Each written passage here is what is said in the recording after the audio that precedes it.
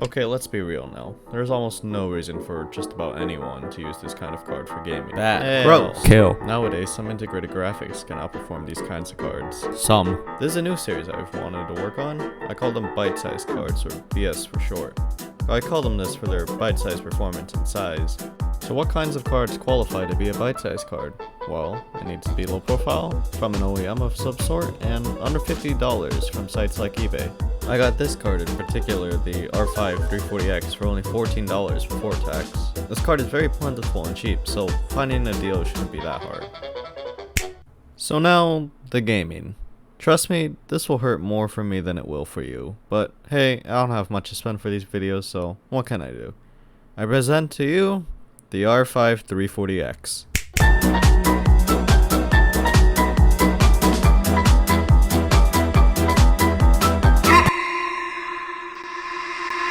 So for the gaming benchmark lineup in this video, I'm not including any AAA games because of, well, that cost me 2 FPS to shoot. For me, my standards for playable are set to at least 30 FPS, and even Tiny Tina's Wonderlands does not achieve this at 720p lowest settings in one of the least intensive areas in the game. Simply put, if the 340X can barely handle the lobby for Tiny Tina's, it probably would be barely able to render Red Dead Redemption 2, for example, at all. It ain't worth the trouble. As you may or may not notice, CSGO is in this lineup of benchmarks, and honestly it might be pointless because the newer CS2 is going to be coming out this summer. But until then, it'll really have to do. I also added Fortnite to this lineup as well, because, well, kids nowadays grind the living hell out of it, and well, if they were to ask for a graphics card, I wouldn't bother spending more than $20 for one. The rest is more or less the same for esports titles. We're going to be using the club PC for this benchmark. It has a Pentium Gold G6400 with a comfortable dual channel kit of 16GB DDR4 clocked at 3200 MHz.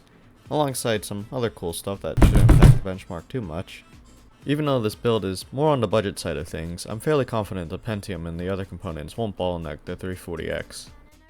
Starting off with CSGO, I honestly had high hopes for this game for how optimized it is, but it all ended up being a big foreshadow for what's to come. I hopped on a game with casual, started the benchmark, and the results were a bit disappointing, but still playable to some extent. 720p at low settings, the gameplay for me felt fairly smooth and didn't feel like it stuttered too often. Even when it did, I saw it more as a hop rather than a full hiccup. I averaged 72 FPS, although I definitely noticed it was hanging more towards the low 80s. When it did stutter, it went as low as 28 FPS for our 1% lows, and if things got really bad, it went as low as 15 for our 0.1% lows. It might not be the 120 FPS experience that everyone's looking for, but I was still able to play and enjoy CS fairly well. If you're dedicated enough, you could easily hit base at level 10 with this card, but I would consider its more younger, stronger brother I'll be making a video on in the future.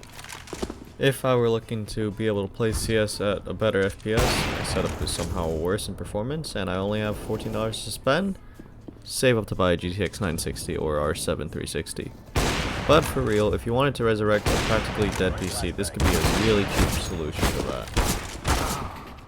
When it came to Valorant, it was the complete opposite. 720p, lowest settings, it was a stuttery mess. Although it averaged 90 FPS, it wasn't consistent. If there wasn't any action or enemy on the screen, it was perfectly fine. You know, it was hovering around 100 FPS, but the second an enemy or anything gets on my screen, it tanks. Our 1% and our 0.1% lows show this, and well, the graph can't even fit the numbers inside the bar. It's that low. When I first bought this card, I originally thought it would have been great at running Valorant, but as the results showed, I would definitely stay away from Valorant.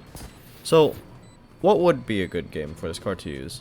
Well, Overwatch is usually a safe game to run at a decently high FPS, but how does it hold up? It's alright. Would I play this regularly? No. I could drop the resolution a bit, but look at this, it already looks pretty bad. I got around 54 FPS on average, but of course it wasn't consistent, dropping as low as 18 or 9 FPS whenever it stuttered. When it comes to Overwatch, I wouldn't be dedicated to playing it if I used this card mainstream. Of course, we have to remember that this card was never meant to be able to play games well, let alone spreadsheets. Still, I'm impressed it was able to render half of these games. So what about Apex? Oh boy. My phone can play better than this card. Honestly, I don't know what I should have expected. My main PC can barely play this game at 1440p while having a 3060 Ti in it. On average, I was able to get 29 FPS and it dipped to 8 or 1 FPS during a launch off the plane or dying. And once again, there's not much really to talk about. Playable? Technically yes. Would I? Hell no. I am once again impressed with the performance capabilities that this card has. I honestly was expecting this card to barely be able to load into the game itself.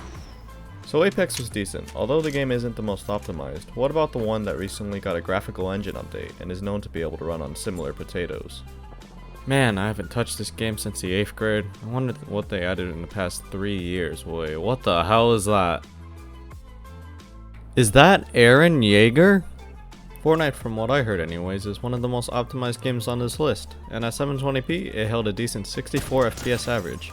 The dips were pretty bad at 4 and no FPS. This compared to others occurred at random. From a player's perspective, it felt pretty good playing it, but by now it was the matter of how bad it visually looks. I kept a sniper on me the whole game in the footage because I found it hard to tell if what I was looking at was a player or something else entirely.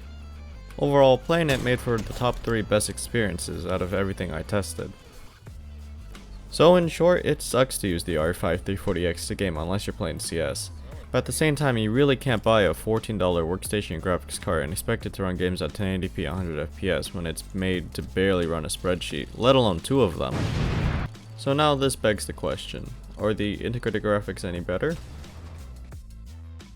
This video took much longer than I thought it would take to make. School has me very busy nowadays, and I'm very thankful for the support that I've been getting in the downtime between uploads. As you can probably guess, the new video I plan on working on is going to be focused on the Pentium's integrated graphics and how it compares to the R5 340X. I've spoken enough, thank you for watching this far into the video, see y'all in a few months.